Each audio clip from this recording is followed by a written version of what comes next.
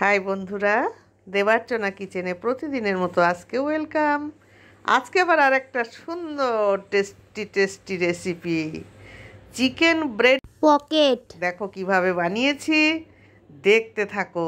চলো এখন আমরা এটা দেখার জন্যে আমাদের কিচেনে চলে আসলাম আমরা কিচেনে। এখন দেখতে পাচ্ছ আমি চিকেনগুলো ভালো করে ছোট ছোট করে বোনলেস চিকেন এনেছিলাম। এবার সেটাকে টক দই দিয়ে, রসুন দিয়ে, আদা দিয়ে, গোলমরিচ দিয়ে আর কাশ্মীরি লঙ্কার গুঁড়ো দিয়ে এটাকে ম্যারিনেট করলাম। এর মধ্যে একটু সামান্য নুনও দিয়েছি, দিয়ে এটাকে ভালো করে ম্যারিনেট করে রাখলাম।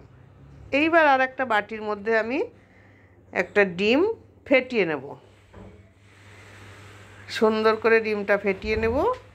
আর বাজার থেকে পাউরুটি কিনে নিয়ে এসে আমি সেটাকে একটু বড় করে বেলে নিলাম, নিয়ে দুটো একসঙ্গে দিয়ে বেলে নিয়ে আমি বের করলাম। এখানে একটা দুটো পাউরুটি পিসের থেকে আমার দুটো বেরিয়েছে, তার মানে চারটে হবে। আর সাইড দিয়ে যেগুলো বেরিয়েছিল, সাইডের টুকরোগুলো দিয়ে আমি ব্রেড ক্রাম্বস তৈরি করেছি। ওগুলো আমি ফেলে দিইনি, আলাদা করে বিস্কুটের গুঁড়ো আমার কেনা লাগলো না। এখন চলো, ফ্রাই প্যানে তেল দিয়ে দিয়েছি, দেখতে থাকো।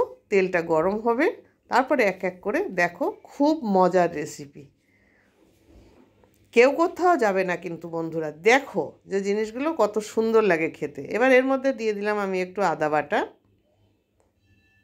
খুব জল ছিটছে, বাটনার মধ্যে জল দেয়, জল না দিলে তো আর বাটনা হয় না। আর একটু দিয়ে দেব রসুন বাটা, ওটাও দিয়ে আমি থালা দিয়ে চাপা দিয়ে দিয়েছিলাম একসাথে।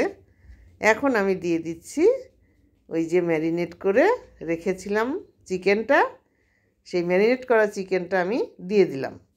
জাস্ট এটা সোনা একাই খাবে, ওই জন্য চিকেনের পরিমাণটা সোনার মতোই থাকে। এটাকে সুন্দর করে একটু নাড়াচাড়া করতে হবে। এখন এর মধ্যে আমি ওই পাত্রটা ধুয়ে একটু জল দিয়ে দিলাম, মশলাটা লেগেছিল সেই জন্য ওটা একটু ধুয়ে জল দিয়ে দিলাম। আর কষানোটাও ভালো হবে। যার বাড়িতে যেমন লোকজন থাকবে তারা সেই পরিমাণে চিকেন নেবে। রান্নার প্রসেসটা এই রকমই করবে, এটা খেতে খুব টেস্টি হয়। কি শোনা, তাই তো? হ্যাঁ। এবার দিয়ে দিলাম ক্যাপসিকাম, পেঁয়াজ কুচি বড় বড় করে কাটা ছিল, আর টমেটো। এগুলোকে কিন্তু একেবারে কুচি করিনি, মিডিয়াম কুচি করে দেয়া হলো, যাতে তোমার মুখে এগুলো লাগে, তুমি চেবাবে আর সুন্দর লাগবে বেশ। এটাকে ভালো করে এখন আমি কষিয়ে নেব। এখন এর মধ্যে দিয়ে দিলাম আমি একটু লবণ পরিমাণ মতো, আর একটু চিনিটা আমি সবসময় বলি, তোমরা দিতেও পারো নাও পারো। আর দিয়ে দিলাম এর সঙ্গে চাট মশলা, দিয়ে ভালো করে নাড়াচাড়া করব। এখন এর মধ্যে দিয়ে দিচ্ছি একটু মিওনিজটা দিলে টেস্টটা বেশি সুন্দর হবে, বেশি দেওয়ার দরকার নেই। আর আমি তো বেশি দেবই না, ওর জন্য অল্প দেব, তোমরা তোমাদের ইচ্ছা মতো বেশি দিতেই পারো। এবার দিয়ে দিচ্ছি টমেটো সস, দিয়ে সুন্দর করে এখন এটাকে নাড়াচাড়া করব। একটা জল আছে, সেই জলটা বেরোবে, বেরিয়ে জলটা শুকিয়ে গেলে এর জল দিয়েই এ সিদ্ধ হয়ে যাবে। এখন একটু ঢাকা দিয়ে দিই, ঢাকা দিলে পুরোটা সুন্দরভাবে সিদ্ধ হবে। ঢাকাটা তুলে দিয়েছি, দেখতে পাচ্ছ জলটা টেনে নিয়েছে, আর মাংসটাও সিদ্ধ হয়ে গেছে, সবজিগুলো তো হয়েই গেছে। ব্যাস, এটা আমার পুর তৈরি করা হয়ে গেল। এখন সোনাকে একটু দিচ্ছি। সোনা, একটু দেখো তো লবণ হয়েছে কি না। ঠিক আছে, ভালো করে দেখো। ঠিক আছে তো? আচ্ছা, তাহলে আর দিলাম না কিন্তু। ঠিক আছে, তাহলে হয়ে গেছে, নামিয়ে দেবো এখন আমার এই পুরটা। এবার আমি এটা ঢেলে দিয়েছি প্লেটে, দেখো দেখতে কত সুন্দর লাগছে। আমি কিন্তু এক ফোঁটাও এর মধ্যে হলুদ ব্যবহার করিনি, এখন আমার আসল কাজ, ওই যে পাউরুটি কেটে রেখেছিলাম সেইটা আমি এখন ডিমের মধ্যে, ডিমের যে গোলাটা ওর মধ্যে আমি একটু চুবিয়ে নিচ্ছি ভালো করে, নিয়ে ব্রেড ক্রাম্বসে এখন মাখিয়ে নেব ভালো করে, সুন্দর করে ড্যাব ড্যাব করে দিয়ে দুই সাইডেই মাখিয়ে নেব।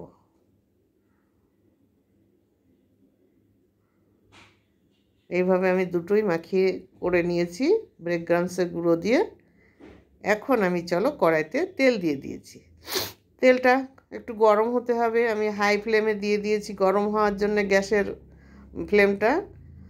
এবার গরম হয়ে গেলে তখন আমি মিডিয়াম টু লোতে দেবো, তা নইলে কাঁচা থাকবে ভিতরে। আমি আরেকটু সর্ষের তেল দিলাম, মনে হচ্ছে ওটা ডুববে না, এই জন্য আমি আরেকটু তেল দিলাম। তাহলে একটু গরম তো হতে হবে, নইলে কাঁচা গন্ধ বেরোবে। হয়ে গেছে দেখতে পাচ্ছ আমার তেল। এখন আমি একটা একটা করে এটা ভেজে নেব সুন্দর করে। আস্তে আস্তে ফুলে উঠবে, আমিও ভাজবো, এটাও ফুলবে। দেখো কত সুন্দর আপনা আপনি ফুলে যাচ্ছে, দেখতে পাচ্ছ? দেখো কি সুন্দরভাবে ফুলে উঠছে।